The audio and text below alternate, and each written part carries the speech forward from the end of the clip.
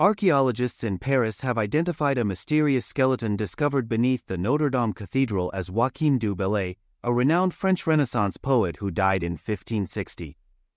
The identification brings closure to a long-standing mystery about du Bellay's final resting place, which had eluded historians for centuries. The skeleton, dubbed the Horseman due to signs of extensive horseback riding, was found in one of two lead-lined coffins unearthed in 2022 during reconstruction efforts at the cathedral following the devastating 2019 fire.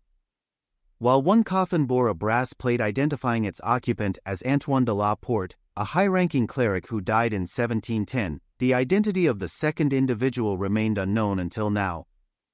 The lead coffins were buried 65 feet beneath the cathedral's nave, an area typically reserved for individuals of significant social and religious status. Lead coffins, which prevent moisture and decomposition, were often used by elites, suggesting that both individuals buried there were of high standing. Initial analysis revealed that the second skeleton belonged to a man in his 30s who suffered from chronic diseases, including tuberculosis and meningitis. These health issues, coupled with deformities caused by frequent horse riding, led to the Horseman nickname. However, forensic details and historical clues soon pointed toward Joachim du Bellay, a prominent poet who died at age 37. Dr. Eric Croubazzi, a biological anthropologist at the University of Toulouse III, played a central role in identifying the remains.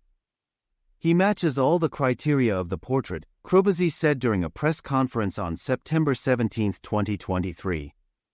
He referenced du Bellay's documented equestrian skills and his poor health, both reflected in the skeleton's physical condition. He once rode from Paris to Rome, which is no mean feat when you have tuberculosis like he did. In fact, he almost died from it, Croubazzi added, as quoted by La Croix. The skeletal remains also showed signs of bone tuberculosis and chronic meningitis, both ailments mentioned in du Bellay's own writings.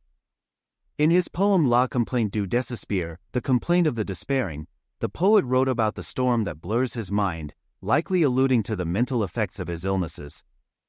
Furthermore, du Bellay's family ties to the royal court and his close association with the Pope's entourage support the hypothesis that he would have been interred in such a prestigious location. Historical records had previously indicated that du Bellay was buried in Notre Dame's Saint Crepin Chapel near his relative, Cardinal Jean du Bellay. However, an 18th-century excavation failed to find his remains, leading scholars to believe they had been moved. It is now suspected that the relocation occurred in 1569, shortly after the publication of du Bellay's complete works.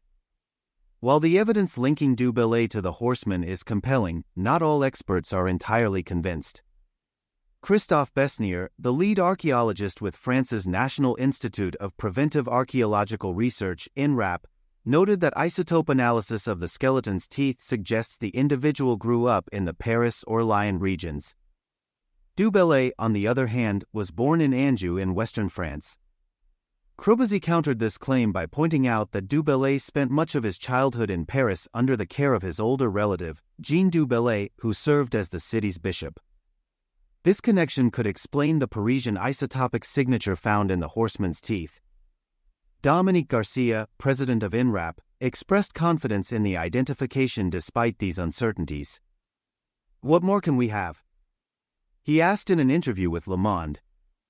"Find du Bellay's toothbrush to check that the DNA matches?" His age and pathology alone offer remarkable statistical solidity.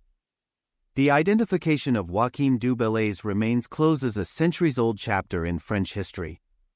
His literary contributions during the Renaissance, including his defense of French as a language capable of rivaling Greek and Latin, cemented his place in France's cultural heritage.